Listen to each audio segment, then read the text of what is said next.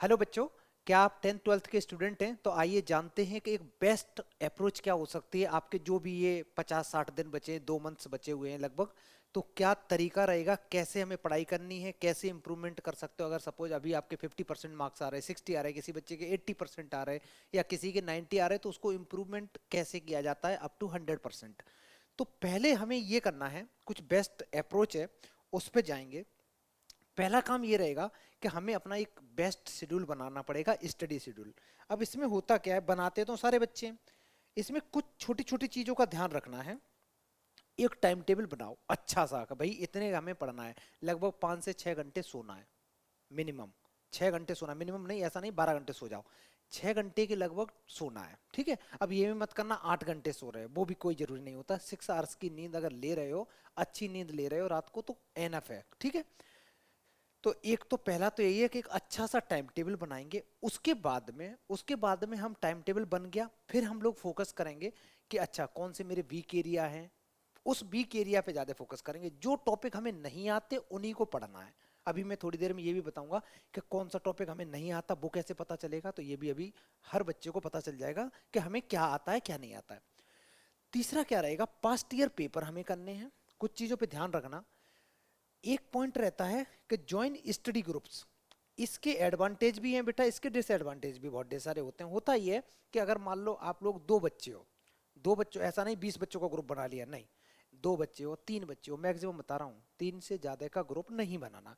अगर 3 बच्चों का ग्रुप है, 2 बच्चों का ग्रुप है, और आपका सेम लेवल का बच्चा है, वो भी मोटिवेट है अच्छे से पढ़ने के लिए, तो क्या कर सकते हो, कई बार पढ़ाई में एक दूसरे के साथ में बैठ के पढ़ रहे होते हो तो बहुत लंबी समय तक पढ़ जाते हो, थकान नहीं होती है, ठीक है। क्योंकि हो सकता है कि आपको क्वेश्चन आ रहा है, उसको नहीं आ रहा है, कभी उसको आ रहा है आपको नहीं आ रहा, तो ऐसे करके टाइम अच्छे से क्वेश्चंस हो जाते हैं। इसका एक नेगेटिव पॉइंट ये रहता है कि आपके ग्रुप में 2 बच्चे हैं या 3 बच्चे हैं, एक बच्चा है जो पढ़ना ही नहीं चाह रहा, तो वो जानबूझ के आपको डिस्टर्ब करेगा, मोबाइल में रील दिखाने की कोशिश करेगा, कुछ ऐसा बोलेगा कि जिससे पूरा का पूरा वो कहानी बताने लगेगा, पता ही नहीं चलेगा आप लोगों को कभी पढ़ रहे थे कि कोई किसी कहानी में घुस गए। तो इसके फायदे भी हैं, नुकसान भी हैं, तो ये चीज थोड़ा सा सोच के करनी है। मेंटेन अ हेल्दी रूटीन, ये बार बार हर चीज में बोला जाता है। इसका मतलब ये है कि एग्जाम टाइम पे बहुत अच्छा खाना खाना है, बहुत अच्छा खाना खाना है। ये नहीं राजा महाराजा की तरह 56 प्रकार के भोजन कर रहे हैं आप फिर सो रहे हैं 3 दिन तक, ऐसे नहीं। अच्छा खाने का मतलब है फास्ट फूड थोड़े से अवॉइड करने हैं, ठीक है, थोड़े अवॉइड करने हैं। एक आधे घंटे की 20 मिनट की फिजिकल एक्टिविटी करनी है, मतलब पार्क में दौड़ आए या कुछ एक्सरसाइज वगैरह घर में ही कर ली, कुछ इस टाइप सा कर लिया है। इसके बाद आता है आपका जो रिवीजन है। रिवीजन पे बहुत ज्यादा ध्यान देना। देखो सच्चाई ये है, कितना भी पढ़ लो कुछ भी कर लो, जब तक रिवीजन नहीं करोगे मार्क्स नहीं आएंगे। अगर आप लोगों की जगह मैं भी रहूंगा तो मैं भी कई बार अगर बार बार चीजों को नहीं करूंगा तो भूल जाऊंगा, और वो ज्यादा टाइम नहीं लगता भूलने में। अच्छा, नेक्स्ट जो चीज आती है वो आती है हेल्प लेना। हेल्प लेना कोई खराब बात नहीं है, जब जब कोई क्वेश्चन में फंस रहे हो आप तुरंत टीचर की हेल्प लो। कई बार बच्चे क्या करते हैं कि टीचर की हेल्प नहीं लेते हैं, उन्हें लगता है कि नहीं हम गूगल पे सर्च कर लेते हैं, यूट्यूब पे कर लेते हैं। हो सकता है कि आप ऐसा क्वेश्चन कर रहे हो जो एग्जाम में आई ना रहा हो, समझ गए। आप टफ क्वेश्चन किए बैठ रहे हो, बार बार ऐसा क्वेश्चन कर रहे हो जो टफ है, और वो टफ के साथ साथ वो आउट ऑफ सिलेबस भी है।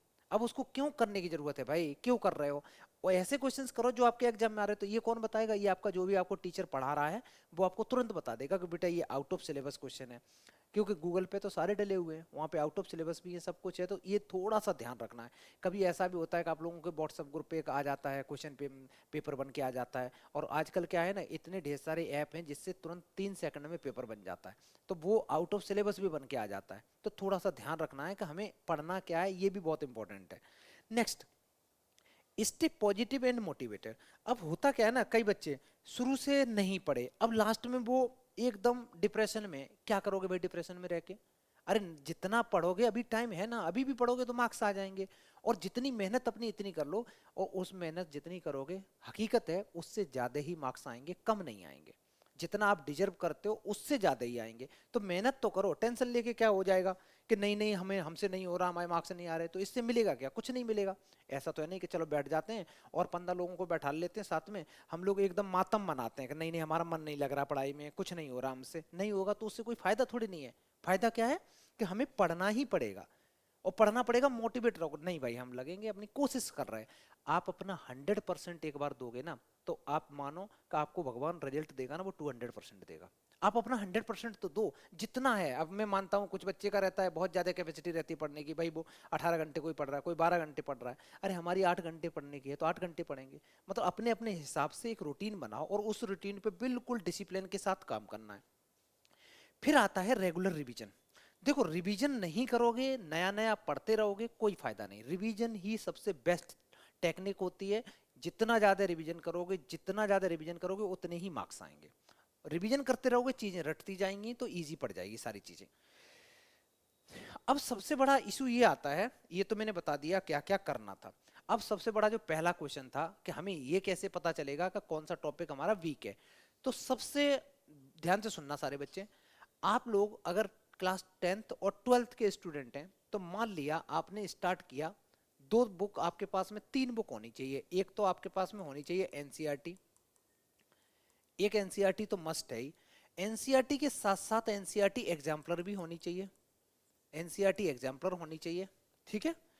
इसके अलावा एक बुक होनी चाहिए पास्ट, इसको कह सकते हैं हम लोग P Y Q, previous year question की बुक होनी चाहिए, जिसमें टॉपिक वाइज क्वेश्चन हो, टॉपिक वाइज हो, चैप्टर वाइज नहीं चैप्टर वाइज भी कह सकते हो, चैप्टर वाइज और टॉपिक वाइज क्वेश्चन होने चाहिए, ठीक है।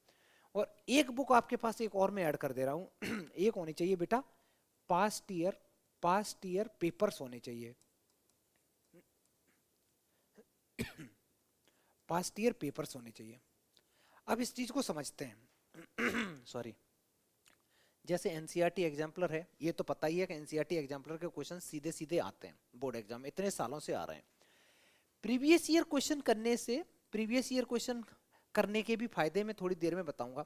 अभी हम लोगों का ये रहेगा कि वीक एरिया क्या है। तो एक काम करोगे, पास्ट ईयर पेपर उठाओगे और सबसे पेपर उठाना है, सबसे पहले जो पेपर उठाना है वो उठाना है 2018 का, ठीक है।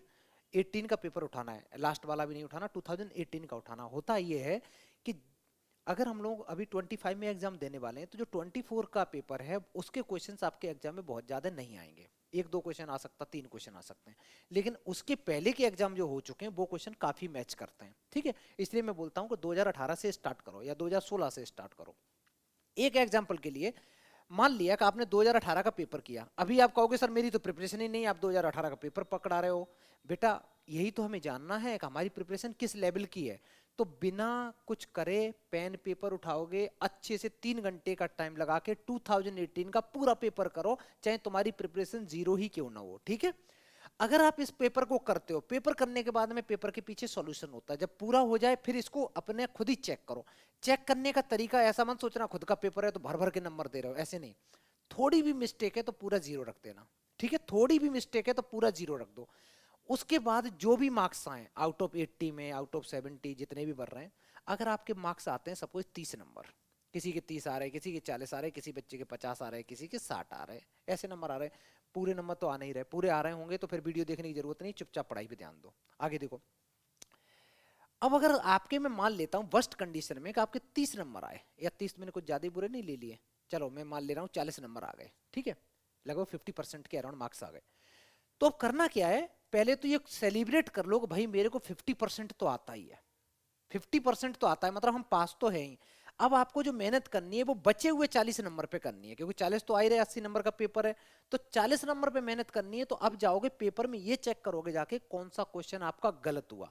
मान लेते हैं कोई चैप्टर नंबर 2 का क्वेश्चन गलत हो गया, अगर मैं मैथ्स की बात करूं तो किसी बच्चे का पॉलिनोमियल का क्वेश्चन गलत हो गया, या मान लेते हैं मैट्रिक्स का क्वेश्चन गलत हो गया, इंटीग्रेशन का गलत हो गया। तो जो भी क्वेश्चन गलत हुआ है, इसका मतलब वो टॉपिक में कहीं तो गलती है, अभी उतने अच्छे से मेरे को नहीं आता। तो उसको रिवीजन करोगे, क्या करोगे, जिस चैप्टर का गलत हुआ उसका रिवीजन कहां से करोगे, उसका रिवीजन प्रीवियस ईयर बुक से करोगे जाके। पहले उसका रिवीजन कहां से करोगे, प्रीवियस ईयर बुक से। तो वो टॉपिक वाइज होता है तो सारा निपटा दो टॉपिक वाइज, फिर उसका रिवीजन करोगे यहां से आके। समझ में आया। ये 3 बुक करनी है, 10 बुक से नहीं पढ़ना है, यही 2-3 बुक पढ़नी है, लेकिन 10 टाइम्स पढ़नी है। समझ में आया।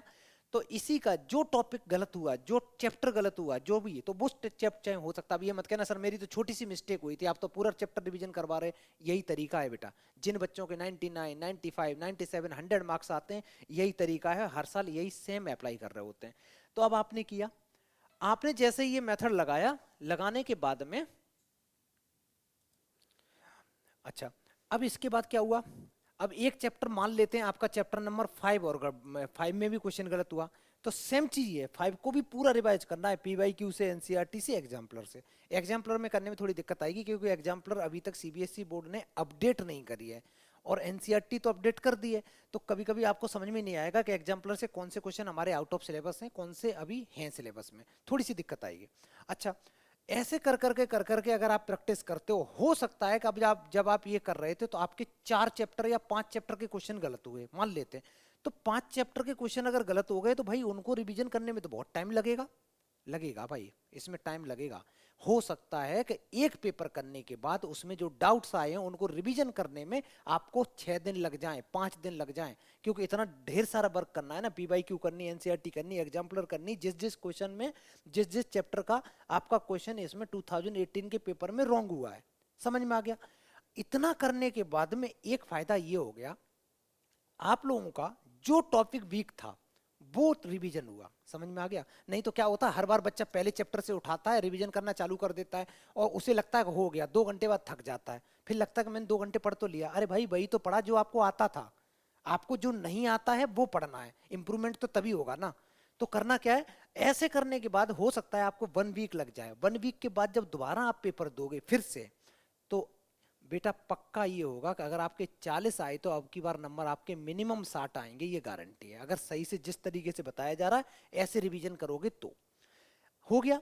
अगर आप 60 पे पहुंच गए तो फिर एक पेपर दो, अब की बार 2019 का उठा लो या 2017 का उठा लो, पूरा पेपर 3 घंटे का टाइम लगा के और करो उसको। 3 घंटे से ज्यादा टाइम नहीं देना अपने आप को, ठीक है? और 3 घंटे के बीच में उठना भी नहीं है, ये नहीं है वहीं पे खा पी रहे बैठ के मौज कर रहे घर में, ऐसे नहीं।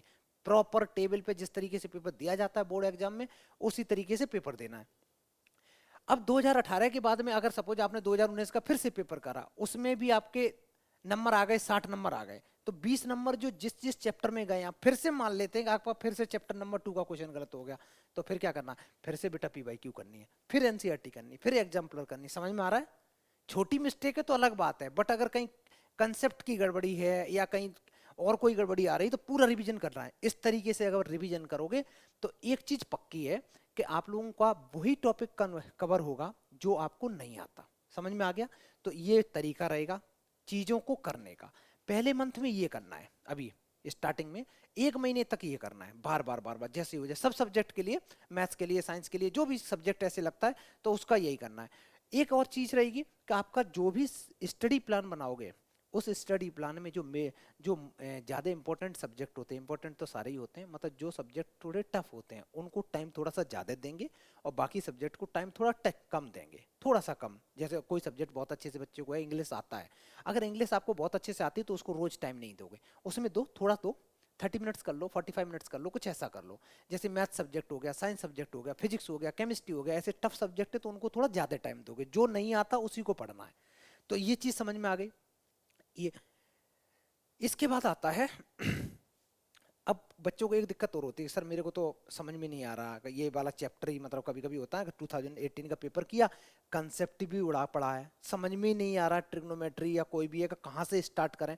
तो उसका एक ही तरीका है कि आप जहां भी ट्यूशन पढ़ते हो उस टीचर के नोट्स पढ़ोगे। उस टीचर के क्या पढ़ने बेटा? नोट्स पढ़ने। नोट्स पढ़ने का क्या रीजन होता है?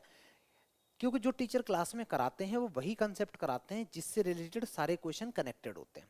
कोई भी ऐसा नहीं होगा एक ही टॉपिक के सारे क्वेश्चंस करा देता है। तो नोट्स हमें सबसे पहले क्लास के पढ़ने होते हैं। अगर मान लो नोट से नहीं समझ में आ रहा, बिल्कुल गायब चल रहा, तो उसी टीचर के वीडियो देखने, उसी टीचर के वीडियो देखने, जिस टीचर ने आपको क्लास में पढ़ाया है उसी टीचर की वीडियो। अब कई बच्चे बोलेंगे सर मेरे टीचर है वो तो उनके वीडियोस नहीं होते, कोई बात नहीं, वीडियो नहीं होते हैं आप और किसी चैनल पे देख सकते हो। हम लोगों से जितने भी बच्चे पढ़ते हैं तो हम लोगों को यही तरीका उनका वो रहेगा कि आप लोगों को जिस टॉपिक में दिक्कत आए वो वीडियो हम लोगों के प्लेलिस्ट में जाओगे, वहाँ देखोगे, मोबाइल ऐप पे देखोगे, वहाँ से ही वीडियो देखने बार बार जाके, ठीक है? तो अपने आप कंसेप्ट समझ में आ जाएगा। नहीं आता है तो कॉन्टेक्ट करेंगे, है ना, रिविजन करेंगे बैठ के, टीचर से बात करो। अच्छा, तो एक ये हो गया। इसके बाद है रिव्यू योर मटेरियल। मटेरियल का मीनिंग ये होता है कि साल भर में जो टेस्ट दिए होते हैं, कोचिंग में जो टेस्ट दिए होते हैं, उन टेस्ट वो सारे के सारे टॉपिक वाइज भी होते हैं, चैप्टर वाइज भी होते हैं, तो उन्हीं टेस्ट को एक बार फिर से करो। गलती कहाँ हुई थी? फुल नंबर आए थे तो बहुत अच्छी बात है, फुल नहीं आए थे तो जहां जहां गलती हुई थी पूरी फाइल बनाई है ना आप लोगों ने पूरे साल जो टेस्ट दिए हैं, तो उन्हीं टेस्ट को फिर से रिवीजन करेंगे। और रिवीजन करने का तरीका, टेस्ट उठाओ फिर से करना चालू करो। और एक चीज है, ये बहुत बड़ी बात नहीं होती, बहुत आसान है। जब आपका रिवीजन हो जाता है ना तो पेपर देने में बहुत मजा आता है, कोई स्ट्रेस नहीं रहती है। ये रहेगा आपका तरीका। अच्छा, इसके बाद आती है, जैसे मैंने वीक एरिया की बात करी थी, जो जो वीक एरिया है उस पर बहुत ज्यादा फोकस करना है। अब होता क्या है कि एक बार आपने वीक एरिया पे फोकस कर लिया, 4 दिन बाद तो वो भी भूल जाओगे ना। समझ में आया? तो उन चार चीजों को जो भूल जाओगे, तो पहले तो ये रखना है कि अपना एक चार्ट बना लेना। एक पेपर दिया, एक चार्ट बना लो कि अच्छा मेरे को ये चैप्टर नहीं आता, ये नहीं आता, ये नहीं आता, चार्ट बना के A4 साइज पे लिख के दीवार पे चिपका लो। नहीं चिपकाना है तो उसको रख लो कहीं नोटबुक में लिख के, ठीक है, कि ये टॉपिक मेरे वीक है। उसके बाद क्या करना है, उनका नेक्स्ट डे में देखो कि उस टाइप की चैप्टर जब रिवीजन कर लिया सब कुछ, क्या अब हमें आने लगा है, तो उसका फीडबैक भी लिखते चलो उसके आगे। हाँ मेरे को ये चैप्टर अब अच्छे से आ गया, एक टिक कर दो। अगर बहुत अच्छे से आ गया तो 2 टिक कर दो, और अच्छे से आ गया मतलब जैसे भी है, या डाउट है तो D बना दो, अभी डाउट्स हैं इसमें। और टॉपिक, जिस टॉपिक में बहुत ज्यादा स्ट्रगल हो रहा है, मतलब बहुत ज्यादा दिक्कत आ रही है, कुछ टॉपिक होते हैं ना जिनमें नहीं आ रहा समझ में बहुत ज्यादा, तो उन पे बहुत स्ट्रेस लेने की कोई जरूरत नहीं है। पहले अपना कवर करो आप 90%, 80% तो कवर करो। 100% के चक्कर में कभी कभी ऐसा होता है कि बच्चा 60% पे रह जाता है। तो पहले हमें उन टॉपिक पे कवर करो जिन टॉपिक में, अभी मैंने बोला ना 80 मार्क्स का पेपर दिया, आप पहले 70 नंबर तो लाओ। 70 नंबर आ जाएंगे, 10 मार्क्स के चक्कर में पता चले इतनी टफ टफ बुक पढ़ रहे हो, उसका कोई लॉजिक नहीं रहता है।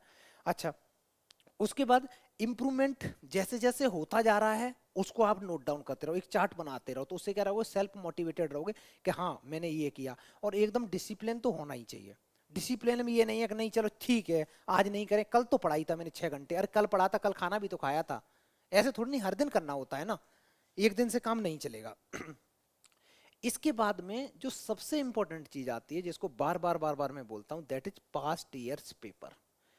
पास्ट ईयर पेपर ही एक ऐसी चीज है जो आपको ये बताएंगे कि कौन से चैप्टर से कौन सा क्वेश्चन कितने मार्क्स का आता है, और कौन से चैप्टर का कौन सा क्वेश्चन सबसे ज्यादा आता है, या किस चैप्टर से किस टाइप के क्वेश्चन आते हैं। ये मैं थोड़ी नहीं बता पाऊंगा, ये तो पास्ट ईयर पेपर ही बताएंगे।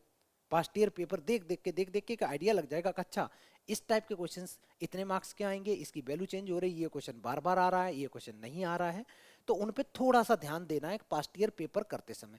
पास्ट ईयर पेपर करने का एक सबसे बड़ा फायदा ये भी रहता है कि आपकी स्पीड भी उसी से बढ़ती है। जितने पास्ट ईयर पेपर करोगे, तो पास्ट ईयर पेपर करने में फिर आपको एकदम देखोगे अच्छा 3 घंटे का पेपर मैंने तो 2 घंटे में खत्म कर लिया, 2 घंटे 15 मिनट में।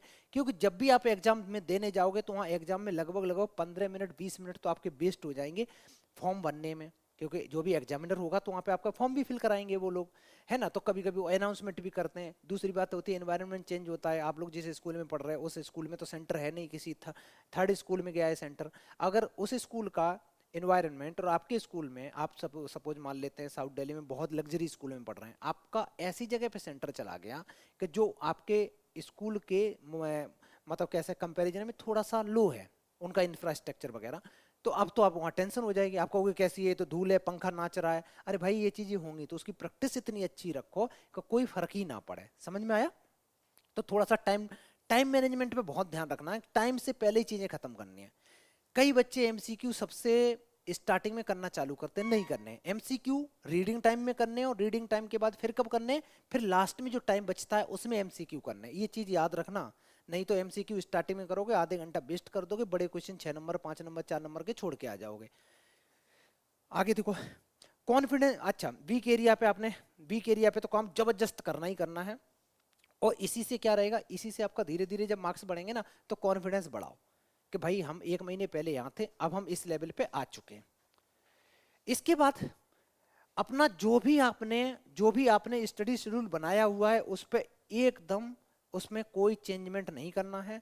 चेंजमेंट करना भी है तो कभी कभी ऐसा होता है ना कि बच्चा जोश जोश में आके स्टडी टाइम टेबल ऐसा बना देता है कि हम 4 बजे उठेंगे, या ऐसे बनाते हैं कुछ बच्चे, मैंने देखा है कि 6 से 7 हम साइंस पढ़ेंगे, 7 से 8 मैथ्स पढ़ेंगे, इतने ये पढ़ेंगे। ऐसे मत करना, इतना तूफानी टाइप का टाइम टेबल मत बना देना कि एक दिन तो पढ़ रहे हो, अगले 3 दिन तक सो रहे हो।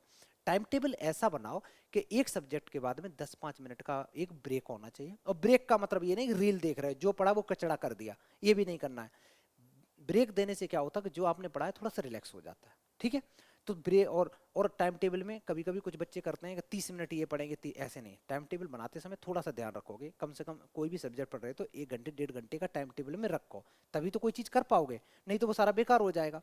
कुछ बच्चे तो बहुत सिस्टमेटिक तरीके से टाइम टेबल बनाते हैं कि उन्होंने 3 मेजर सब्जेक्ट आज रख लिए और बाकी जो जो हल्के सब्जेक्ट हैं उनको वो थोड़ा थोड़ा टाइम कम रखते हैं। तो वो डिपेंड करता है, आपका कौन बताएगा ये चीज़ें एक पेपर करके कि किस टॉपिक में, किस चैप्टर में, किस सब्जेक्ट में सबसे ज़्यादा टाइम देना है, ठीक है। जिसमें कम मार्क्स आए उसमें ज़्यादा टाइम देना है, जिसमें ज़्यादा मार्क्स आ गए उसमें कम टाइम देना, सिंपल फंडा, ठीक है। और एक दूसरे का टाइम कॉपी मत करना। ये मत कहना सर एक मेरा फ्रेंड है उसके तो आ रहे फुल मार्क्स, उसका टाइम टेबल ये है।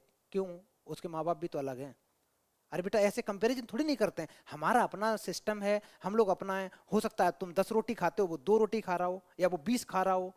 तो समझ में आया, एक दूसरे से कोई कंपेयर नहीं करनी।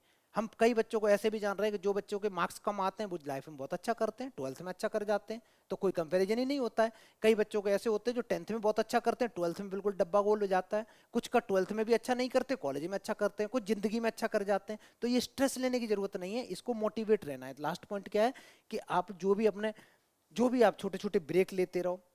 ब्रेक लेने के बाद में रियलिस्टिक गोल बनाने, यहाँ पे लिखा है रियलिस्टिक गोल बनाने हैं। ये नहीं है कि एक दिन में लिखा दिया 18 घंटे पढ़ेंगे। क्यों पढ़ोगे 18 घंटे? क्या जरूरत है? इतना पढ़ो ना कि एक पढ़ सको, 2 महीने तक एनर्जी के साथ पढ़ सको, ऐसा टाइम टेबल बनाना है। ऐसे नहीं है कि एक दिन में पढ़ लिया 3 दिन तक रेस्ट कर रहे हैं, ऐसा नहीं बनाना है। तो ये पूरा का पूरा। इसके अलावा मोस्ट इंपॉर्टेंट चीज ये है कि आपको जब भी आप पढ़ाई करोगे तो पढ़ाई करते समय जहां दिक्कत आएगी टीचर से कांटेक्ट करोगे। टीचर से बिल्कुल नहीं डरना है।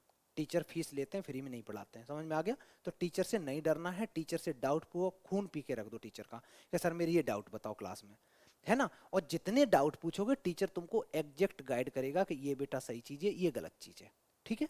तो ये तरीका है क्लास 10 12th के लिए। एक बार फॉलो करोगे बहुत अच्छे मार्क्स आएंगे। फिर से याद रखना, एनसीईआरटी एग्जाम्पलर, 10 इयर्स पेपर और सैंपल पेपर। सैंपल पेपर में भी कौन से?